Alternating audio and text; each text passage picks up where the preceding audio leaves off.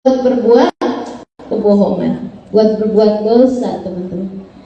Anaknya pintar, dibuka pintu, Bu maaf, kata mama saya suruh bilang kalau mama nggak ada.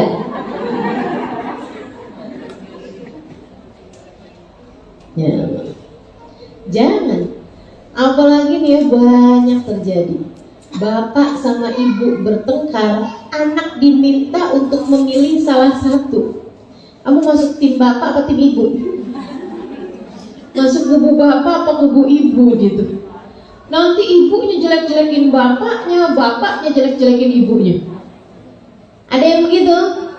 Banyak.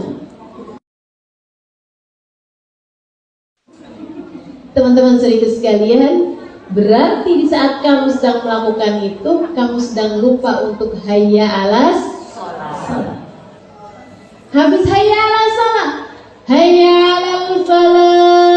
Mari anakku sayang, kita menuju kebahagiaan, kita menuju keberuntungan.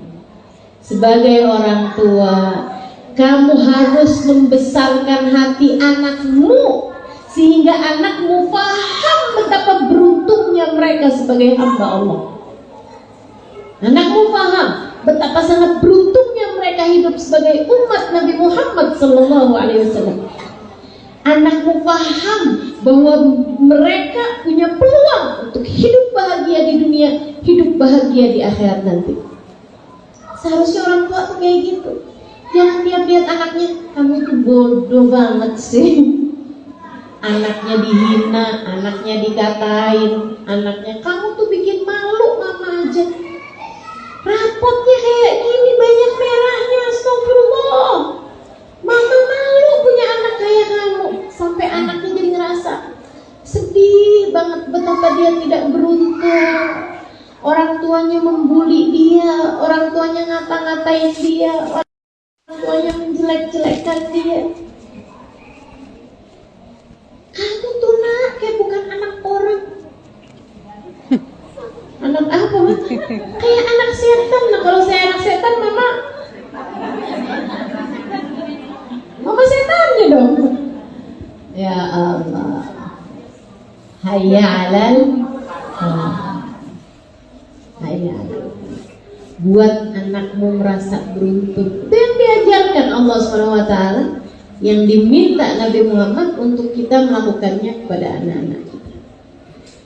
Teman-teman, ibu-ibu, saudariku sekalian yang saya muliakan, kenalkan anak kepada Allah. Saya punya guru bilang, kalau pagi-pagi itu waktunya sarapan, gitu ya, kasih tahu, nah, ini rezeki kamu dari Allah. Rezeki kamu dari Allah. Mama cuma bisa masak, tapi semuanya dari Allah SWT. Gitu. Kalau anak minta sesuatu kepadamu, bilang, Mama mana bisa ngasih nak, minta sama Allah. Minta sama Allah. Mama pengen ngasih, tapi Mama nggak selalu punya apa yang kamu minta. Minta sama Allah. Terus begitu. Ingatkan anak, kembalikan kepada fitrahnya, bahwasanya sang pemberi sejati hanyalah Allah Subhanahu wa ta'ala. Saya ingat guru saya, salah satu dari perempuan yang saya ceritakan di Bidadari Bumi yang nomor satu, namanya Hubabah Bahiyah alaiha ridwanullah. Itu salah satu dari yang tidak saya ceritakan di buku itu, karena saya tahu ceritanya yang ini nih sesudah saya menuliskan buku tersebut. Ada orang cerita sama saya, Ustazah Halimah kan ketemu sama Hubabah Bahiyah ya. Saya bilang iya. Ya Allah Ustazah, Hubabah Bahiyah itu adalah orang yang katanya orang-orang solehah, orang-orang yang Masya Allah itu. Dia bilang, saya mendapati Hubabah Bahiyah lebih daripada yang saya bayangkan. Kita nih kadang-kadang kalau belum ketemu sama orangnya, kita suka ngebayangin, kayak apa ya orangnya. Pas kalau kita kagum sama orang, kita bayangin orang itu kayak gimana gitu. Pas begitu ketemu, oh orangnya cuma gini aja ternyata. Kadang suka kayak gitu kan? Ibu-ibu yang pernah baca quote saya, yang pernah dengerin suara saya pas lihat aslinya, oh gini doang ya orangnya. Gitu, atau yang oh ternyata amin, lebih dari yang dibayangkan, amin. Nah ini katanya dia, Hubabah Bahiyah enggak kayak seperti yang diceritakan orang, tapi lebih berkali-kali lipat dari yang orang ceritakan tentang Hubabah Bahiyah. Terus dia cari tahu tentang Hubabah Bahiyah dari orang-orang Hubabah Bahiyah itu, teman-teman saudara sekalian. Saya ketemu sama beliau, usia beliau hampir 100 tahun waktu itu. Akan tetapi beliau itu telinganya dengar dengan awas, matanya nggak pakai kacamata, badannya kecil, tapi beberapa tahun, 2 tahun, 3 tahun sebelum itu berangkat pergi haji naik ke Gua Hiro di usia 90 sekian tahun. Naik ke Gua Hiro, Bu, saya belum lama sebelum pandemi naik ke Gua Hiro. Ya ampun, ngos-ngosan, hampir putus asa. Gua Hiro tuh ternyata tinggi banget, naik itu sekitar 2 jam, turunnya sekitar 1,5 jam. Tinggi sekali. Itu Hubabah Bahiyah naik ke sana di usia 90 sekian tahun. Kuat badannya, bukan kuat apa, tapi hatinya yang kuat. Ibadahnya luar biasa. Mulutnya nggak berhenti bersolawat kepada Nabi Muhammad. Masya Allah, Masya Allah. Itu usia 90 berapa ya yang sewaktu saya temui. Waktu beliau meninggal dunia itu di atas 100 tahun. Belum lama beliau meninggal dunia. Itu ibu-ibu sedikit sekalian saya muliakan, masih berceramah, masih mengajar di usia 95-96 tahun. Saya waktu datang ke sana, ke Salalah, Oman, itu beliau bawa saya jengukin anaknya. Anaknya udah tua. Hubabah Bahiyah nyuapin anaknya. Anaknya itu udah tua banget gitu. Hubabah Bahiyah ibunya nyuapin anaknya. Lah anaknya aja umur 90 atau umur 78 apa tahun apa gitu. Ya kan udah tua ya. Udah terbaring sakit di atas tempat tidur. Hubabah Bahiyah usianya 95-an tahun waktu itu. Hubabah Bahiyah nyuapin dia, Hubabah Bahiyah yang narik dia, mau dudukin dia, bawa kamar mandi. Subhanallah, subhanallah. Saya tiap lihat Hubabah Bahiyah ingat apa yang disampaikan oleh Syekh Abu Syuja dalam salah satu ucapannya ketika dibilang beliau itu usianya tua ya. Syekh Abu Syuja itu kabarnya usianya sampai dengan 120 tahun. Dan itu beliau kuat badannya, sehat badannya, puasa masih kuat, ibadah masih kuat, semuanya masih kuat. Ketika ditanya resep sehatnya, beliau bilang, hafadnallahu fis sighar, fahafadnallahu fil kibar. Kami adalah orang-orang yang menjaga Allah di masa muda, sehingga Allah menjaga kami di masa tua. Dengar Bu? Kami jaga Allah di masa muda, sehingga Allah menjaga kami di masa tua. Waktu masa muda nggak pacaran, nggak nongkrong, nggak gibahin orang. Waktu masa muda kerjaannya tahajud nggak tinggal, sibuknya sama Al-Quran, selalu berbicara kebaikan, selalu ngajakin orang kepada kebaikan. Di masa muda mereka menjaga Allah, Allah jaga mereka di masa tua. Makanya kalau kita tua-tuaan gini banyak sakit-sakitnya Bu, emang masa mudanya rada kurang jaga. Betul?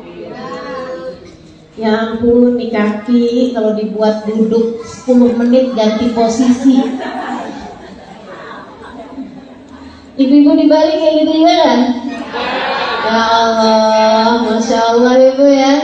Dulu-dulu enak aja kita. Sekarang dari duduk ke berdiri aja ada gayanya, ada stylenya. Mesti tarik dulu ke belakang. Mau berdiri aja susah, Masya Allah. Ya pantas saja, memang kakinya juga kadang-kadang kita bawa pergi ke tempat yang kurang-kurang benar. Dulu sekarang terhayal tajam kali ya Bu ya. Masya Allah. Yang saya mau ceritakan, Hubabah Bahiyah ini Bu, dulu ibunya beliau, di saat Hubabah Bahiyah masih kecil, udah tahu kalau Hubabah Bahiyah akan jadi seorang perempuan yang besar, seorang perempuan yang hebat, seorang perempuan yang pasti menjadi hamba tercinta di sisi Allah. Ibunya udah bilang begitu dari sejak Hubabah Bahiyah masih kecil. Kata ibunya, jadi yang ceritain neneknya teman saya. Karena kan udah tua kan. Jadi neneknya tuh cerita lagi ke ibunya, cerita ke temennya itu cerita ke anaknya tersebut cerita lagi ke anaknya. Jadi itu cerita udah berapa generasi gitu. Jadi ibunya Hubabah Bahiyah, ibunya udah tua kan. Berarti kan masa ibunya lagi kan berapa tahun yang lalu gitu, 100 tahun yang lalu mungkin. Jadi ibunya tuh bilang, Bahiyah ini pasti akan jadi perempuan hebat nih. Kenapa gitu? Dia bilang, saya tuh baru perhatikan anak saya ini umur 8 tahun, 7 tahun yang biasanya anak-anak itu kan banyak mintanya sama orang tua. Saya ingetin anak saya nggak pernah minta apa-apa. Tidak pernah meminta apapun kepada orang tuanya. Sampai saya penasaran. Kata ibunya nih, saya bawa anak saya pergi ke pasar, ke toko baju. Saya liatin dia baju-baju banyak gitu. Maksudnya biar dia minta gitu. Dia ngeliatin, Bahiyah kecil, ngeliatin baju, ngeliatin semuanya, kelihatan kayak seneng. Tapi ditungguin minta sama ibunya nggak minta. Ibunya mikir, oh mungkin Bahiyah kira saya nggak punya duit nih. Ya udah turun dah, toko mainan lebih murah dari toko baju. Dibawa pergi ke toko mainan, liatin mainan macam-macam gitu. Kelihatannya kayak seneng, nungguin minta, nggak minta juga. Kenapa nih anak? Apa kemahalan juga? Dia pikir ibunya nggak punya duit kali. Dibawa pergi ke toko makanan bangsa. Kalau di kita kayak ciki-cikian, bangsa es krim, yang lebih murah lagi, permen semua itu. Dibawa pergi lihat-lihat situ, liatin aja. Kelihatan kayak seneng juga, bukannya nggak seneng sama makan, nggak seneng sama baju, nggak seneng sama mainan. Kelihatan mukanya seneng. Ditungguin minta, nggak minta juga. Sampai penasaran, bawa pulang. Di rumah ditanyain, Bahiyah, iya Mi, Bahiyah, waktu tadi ibu bawa kamu, Umi bawa kamu pergi ke toko baju, ada nggak nak baju yang kamu suka? Ada. Yang mana? Yang warna pink misalnya gitu ya, yang sebelah sana. Oh, waktu ibu bawa kamu pergi ke toko mainan, ada nggak mainan yang kamu mau? Ada. Kamu suka? Ada. Yang mana? Yang itu kan cerita gitu. Waktu ibu bawa kamu pergi ke toko makanan, ada nggak makanan yang kamu pengen? Ada. Apaan? Ini kasih tahu dulu. Nah, kenapa kamu nggak minta? Dan Bahiyah kecil menjawab, memangnya ibu bisa ngasih? Kan gak ada yang bisa ngasih Bu. Yang bisa ngasih kan cuma Allah. Ibunya sampai gemeteran dengernya. Jadi Bahiyah, selama ini kamu gak pernah minta sama ibu karena dalam pikiran kamu tahu bahwa hanya Allah yang bisa ngasih. Iya. Jadi kamu selama ini minta sama Allah. Iya. Allah kasih. Dengan segala cara Allah selalu kasih. Nah ini ibu saya sekalian, kalau Bahiyah memang kayaknya ada karunia dari Allah SWT. Kalau anak-anak kita perlu kenalkan hal yang seperti itu pada diri mereka. Jangan apa-apa tuh kita seringnya ngenalin ke diri kita. Kamu belajar yang bener nanti mama kasih. Nah itu kan kayak mama kasih. Kamu bisa ngasih gitu. Pokoknya nak, kalau kamu berhasil begini, nanti mama kasih begini, nanti mama begini, nanti mama begitu gitu. Jadi kamu kebanyakan mengenalkan anak-anak kepada dirimu. Gak perlu. Saya berani sampaikan padamu, gak perlu. Yang harusnya kamu lakukan, mengenalkan anak kepada Allah. Gak usah khawatir. Kalau anak kenal sama Allah, dia pasti akan menjadi anak yang berbakti kepada orang tuanya. Gak usah khawatir. Kamu kenalkan aja sama Allah, sama Rasulullah Muhammad SAW. Kalau kamu udah bisa mengenalkan anak kepada Allah dan Rasulnya, nanti Allah pasti akan mengembalikannya kepadamu sebagai seorang anak yang berbakti kepada orang tuanya dunia dan akhirat. Bukan hanya di dunia bahkan, tapi juga di akhirat. Jadi apa-apa kenalin ke Allah. Anak kita minta ini, minta itu, nah mintanya jangan sama ibu kan gak bisa ngasih. Minta sama Allah ya nak, ya doa, coba doa. Dan ini banyak dipraktekkan teman-teman saya sekalian. Tuh ponakan saya tuh praktekin keponakannya kepada keponakannya masih kecil. Dulu tuh saya ingat saya suka ajakin si ponakan saya itu kalau lagi jalan ke pertokoan gitu, suka nggak bisa diajakin pulang karena ada barang yang dia kepengen beli dan dia maksain kita untuk belinya buat dia dengan cara nangis. Pokoknya minta ya, nggak mau pulang sebelum dibeliin. Sering terjadi kan kepada anak-anak kan?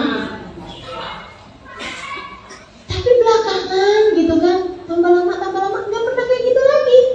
Heran saya tanya nih sama tantenya nih, bibinya, Sina kok bisa? Dia sekarang udah nggak pernah minta lagi. Iya, karena saya mengajarkannya untuk meminta hanya kepada Allah. Jadi setiap kali hari-hari itu, kalau dia ada ngelihat satu barang, pengen punya kayak gitu. Misalnya dia ngelihat di televisi atau ngelihat di mana, di gambar, pengen punya mainan kayak gitu. Bilangin, kalau gitu kamu minta sama Allah. Coba kamu minta sama Allah, ya Allah, saya pengen punya mainan kayak gitu, amin. Minta sama Allah.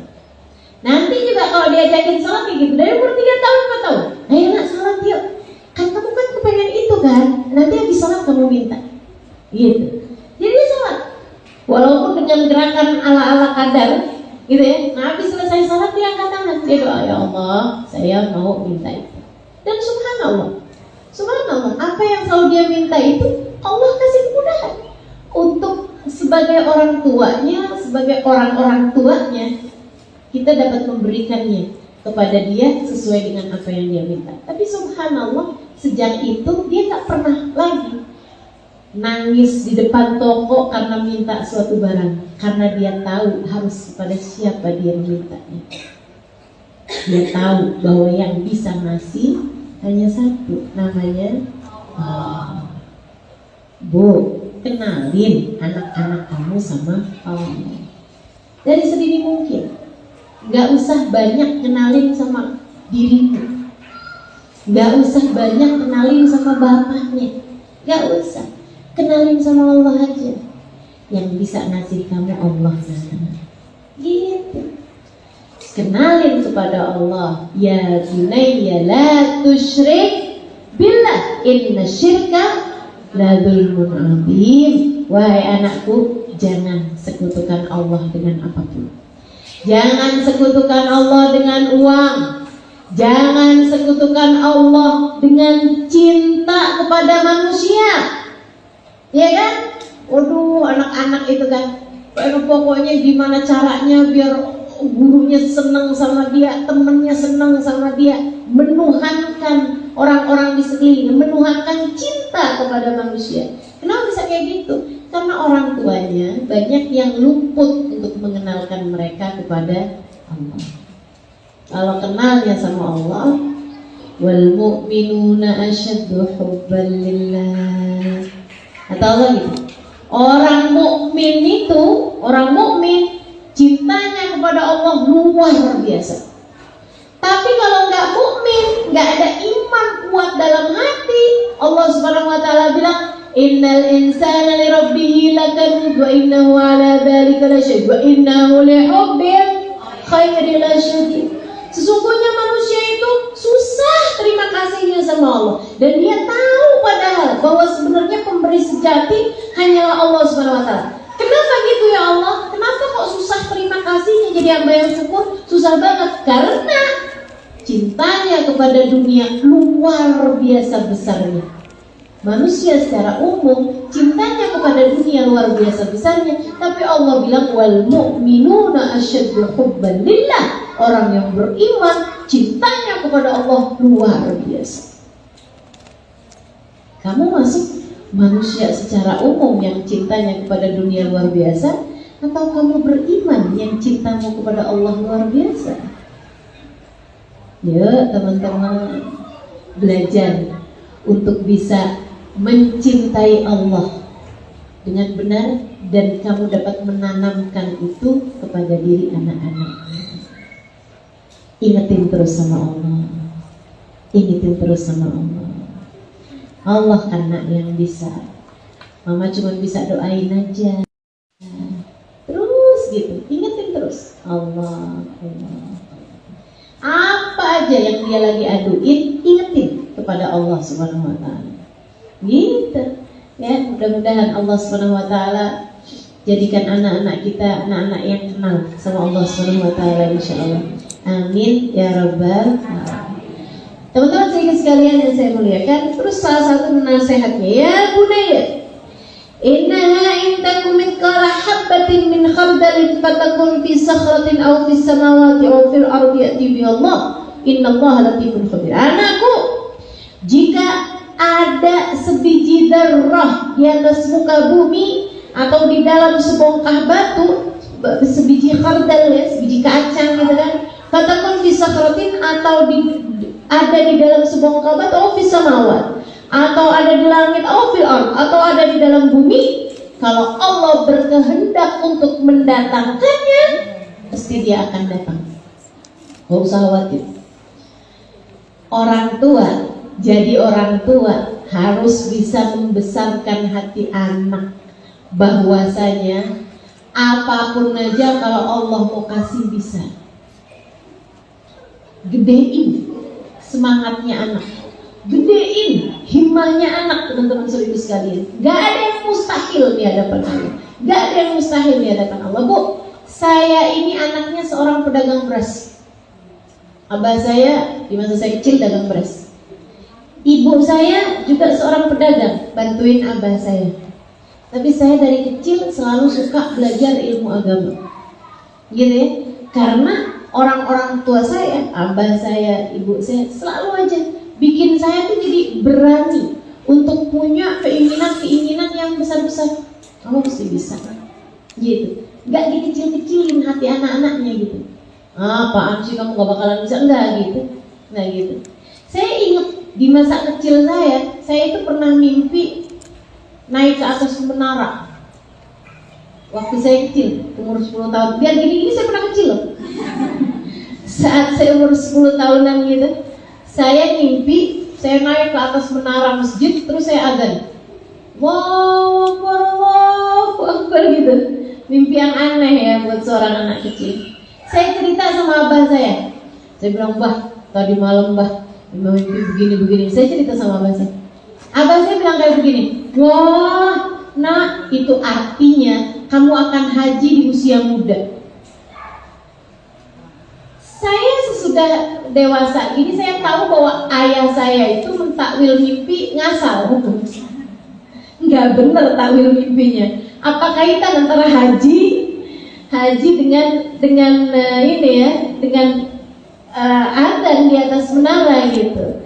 Barangkali artinya ya seperti yang sekarang saya sedang lakukan, pegang mic di masjid-masjid, mengajak orang untuk sholat, ngajak orang kepada kebaikan, kan kayak orang adzan. Orang adzan kan ngajakin kepada kebaikan. Barangkali artinya bahwa saya akan menjadi seorang, ya semacam itulah, yang berdakwah gitu. Tapi karena ayah saya mentakwil saya bahwa kamu akan haji di usia muda, membuat saya umur 10 tahun doanya, ya Allah berangkatkan saya pergi haji. Anak mana umur 10 tahun doa minta haji? Teman-teman sedikit sekalian, itu orang tua tuh, karena memasukkan pemikiran-pemikiran kepada anaknya, itu akan sangat berpengaruh dalam cita-cita anaknya, keinginan anaknya, akan sangat berpengaruh. Jadi saya minta, ya Allah, hajikan saya di usia muda. Alhamdulillah Allah ijabah. Saya haji di usia 20 tahun. Bayarnya sekitar 4 jutaan aja. Bayar hajinya. Berangkatnya dari Yaman. Murah. Ya. Jadi itu teman-teman sekalian, intinya adalah sebagai orang tua, kamu tuh bisa masukin pemikiran-pemikiran yang baik-baik kepada anak-anakmu. Gak ada yang mustahil, nak, kalau kamu minta sama Allah. Gitu, gedein hati anak-anak kamu. Kamu tuh nak hambanya Allah. Kamu tuh kesayangannya Nabi Muhammad. Nabi Muhammad tuh sayang sama kamu. Nabi tuh sayang sama anak-anak kecil dari umatnya. Masya Allah, nak. Beruntung nak, kamu nih nak. Gitu. Kasih tahu betapa sangat beruntungnya mereka, gitu kan. Kasih tahu betapa sangat besarnya mereka di mata Allah, di mata Rasulullah, gitu. Kasih tahu bahwa dia itu punya visi misi yang sangat besar hidup di atas muka bumi ini. Kamu bisa jadi anak yang dibanggakan sama Nabi Muhammad, gitu. Kamu nak bisa jadi anak yang bisa hafal Quran, bisa hafal ribuan hadisnya Nabi Muhammad. Ya ampun nak, kamu tuh cerdas, kamu tuh pintar. Oh, terus tuh, itu akan menjadi pikiran-pikiran dalam hati anak-anak kita. Kita kan seringnya kan nggak gitu sebagai orang tua. Main terus, main terus.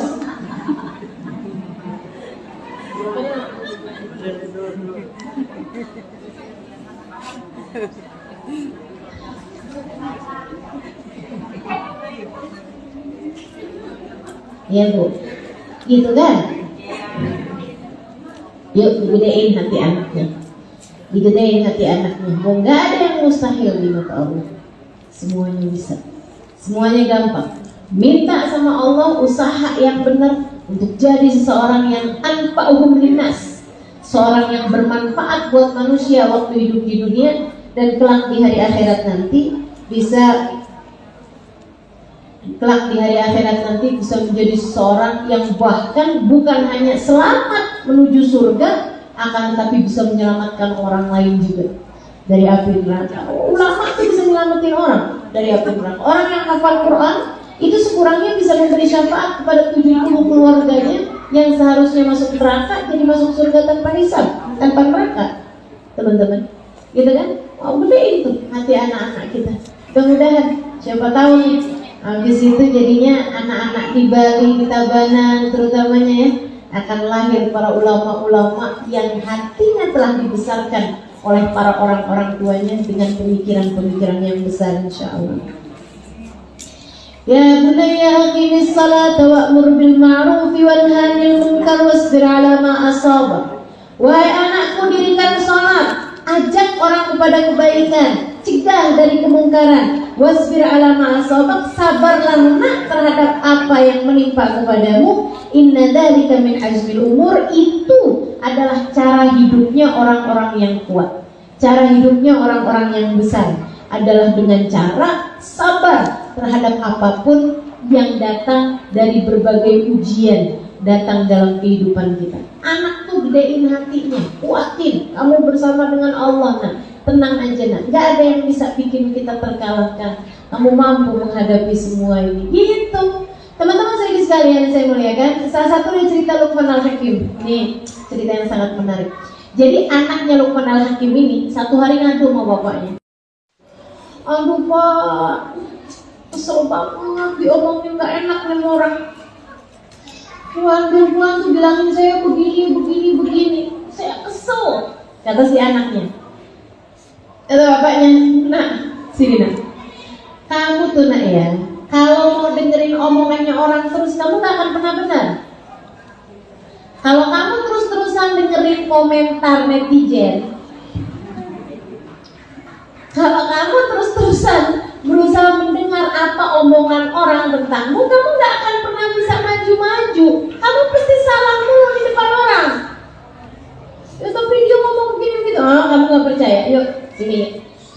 bapak-bapak. Mereka punya keledai. Di jalan ini keledai ceritanya, bertiga ya. Keledainya kecil, jadi bingung nih siapa yang naik gitu. Katanya bapaknya, yaudah kamu naik duluan deh. Anaknya naik, bapaknya jalan kaki di samping si keledai ini tadi. Jalan di jalanan teman-teman sekalian, ngelewatin kumpulan orang-orang. Assalamualaikum, waalaikumsalam, jalan. Coba dengerin kata bapaknya. Ayo saya dengerin. Orang-orang pada ngomong kayak gini, anak durhaka. Dia jalan sama bapaknya, dia yang naik keledai, bapaknya suruh jalan kaki, anak durhaka. Anaknya udah agak jauhan, turun dari keledainya. Dia bilang, aduh ya nggak sanggup ya, saya dibilangin anak durhaka. Ya udah kalau gitu gantian. Bapaknya yang naik, anaknya jalan kaki. Lewatin orang lagi. Assalamualaikum, waalaikumsalam. Ya, iya pak, ya jalan. Teman-teman sekalian, coba kita dengerin kata si bapak. Orang-orang pada ngomong kayak begini. Dasar bapak nggak punya sayang punya sama anak. Bapaknya yang enak-enakan naik di atas keledai, anaknya yang suruh jalan kaki. Mana anaknya kurus kering kayak begitu, lo liatin. Bapaknya dalam badannya gede, bukannya dia yang jalan kaki, malah anaknya yang suruh jalan kaki, dia yang naik keledai. Dasar emang bapak zaman sekarang tuh kayak begitu, nggak punya kasih sayang sama anak. Bapaknya, aduh, bapak nggak tahan tuh tidurnya. Iya pak ya, kok salah juga ya pak ya. Jadi gimana nih pak? Ayo deh pak, kalau gitu pak kita naikin berdua aja deh. Jadi itu anak bapak naik dua-duanya di atas keledai. Lewatin sekelompok orang lagi. Assalamualaikum, waalaikumsalam, jalan. Gitu. Apa kata orang? Orang zaman sekarang tuh keledai sekecil itu naikin 2 orang. Gak lihat tuh keledainya sampai ngos-ngosan kayak begitu tuh. Ya ampun, orang zaman sekarang tuh emang kayak begitu tuh modelnya tuh. Suka nyiksa sama binatang, padahal kan dipesenin kita untuk berbuat baik sama binatang. Dia malah binatang sekecil itu naikin 2 orang. Wah salah nih nak kita nih. Dah kalau gitu turun. Dua-duanya turun kagak ada yang naik. Jadi bertigaan jalan sama keledai. Lewatin orang lagi, assalamualaikum, waalaikumsalam, jalan lagi dia. Dengerin lagi. Goblok bener bawa keledai kagak dinaikin. Ada orang bodoh katanya. Dia bawa keledai tapi nggak dinaikin. Masya Allah. Nyari bener di depan orang susah. Betul kan? Ibu-ibu mau jadi istri gitu kan, disayang sama suami, disayang sama mertua, disayang sama saudara ipar, disayang sama saudara-saudara kita, disayang sama tetangga-tetangga, disayang sama anak, disayang sama semua orang gitu. Bisa kayak begitu? Nggak bisa. Pasti ada aja yang nggak suka sama kita. Pasti ada aja. Dianggapnya kita salah, ada aja gitu. Ibu-ibu sih sekalian saya mengatakan, saya dakwah kemana-mana, nganggapnya istri model kayak apa itu? Suami ditinggalin di rumah, dia pergi dakwah ke Bali, ke Tabanan. Kalau saya memutuskan untuk gak ngajar, emang saya bener? Salah juga. Udah punya ilmu, bukannya diajarin ke orang lain, malah diem di rumah dia ngurusin suaminya. Takut amat suaminya diambil orang, apa salah lagi?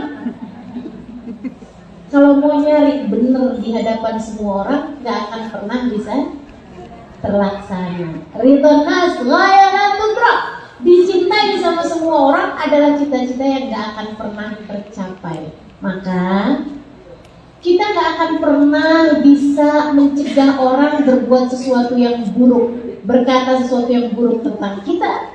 Akan tetapi kita bisa mencegah diri kita untuk berkata sesuatu yang buruk pada orang lain. Jadi kita ajarkan anak kita untuk selalu berbuat baik sama orang lain, walaupun orang berbuat terkadang jahat sama kita. Ya udah biarin orang aja, kita jangan. Ya kalau ada anak kita bilang, "Mah, si itu tuh mah ngomongin saya begini," ya udah biarin dia aja nak, kamu jangan. Tadi saya habis dipukul, udah biarin dia aja, kamu jangan.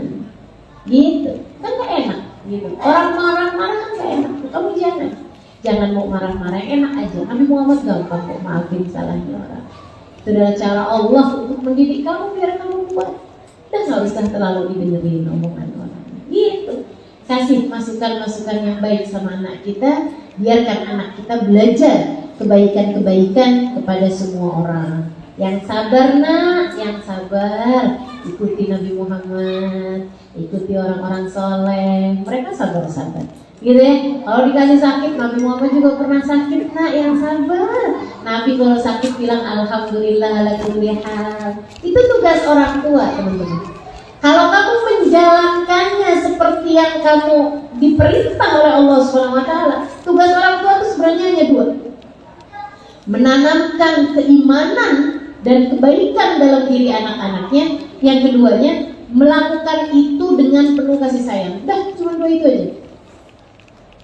Mengenalkan Allah dan Rasulnya kepada anak-anakmu dengan cara kamu memperlakukan mereka dengan penuh kasih sayang. Ini cara menyampaikan, mengenalkan anak-anakmu itu kepada Allah adalah dengan cara kamu melakukan itu dengan penuh kasih sayang. Sayangi anak-anakmu, dekat, dengerin, peluk, perhatikan, pinjemin, bukan hanya satu telinga, dua telinga kamu pinjemin kepada anak-anak. Kalau lagi cerita dengerin. Dengan cara itu insya Allah mudah-mudahan Allah menjadikan kita orang-orang tua yang soleha. Amin ya rabbal alamin. Yuk kita tutup majelisnya. Kita baca suratul Fatihah. Kita minta kepada Allah Subhanahu wa taala, semoga Allah Subhanahu wa taala menjadikan kita ibu-ibu yang soleha. Semoga Allah Subhanahu wa taala menjadikan kita ibu-ibu yang Allah mau. Keberhasilan ibu sebagai orang tua bukan hanya ketika melihat anakmu naik pelaminan, bukan hanya ketika melihat anakmu di wisuda, akan tetapi keberhasilanmu sebagai orang tua adalah ketika melihat anakmu menuju surga Allah Subhanahu wa taala tanpa kisah. Ketika anakmu selamat di hari akhirat, ketika anak-anakmu bisa menjadi orang-orang yang akan berada di belakang benderanya Nabi besar Muhammad Sallallahu Alaihi Wasallam. Ketika kamu dan seluruh keluargamu dikembalikan oleh Allah Subhanahu Wa Taala dalam keadaan penuh sukacita.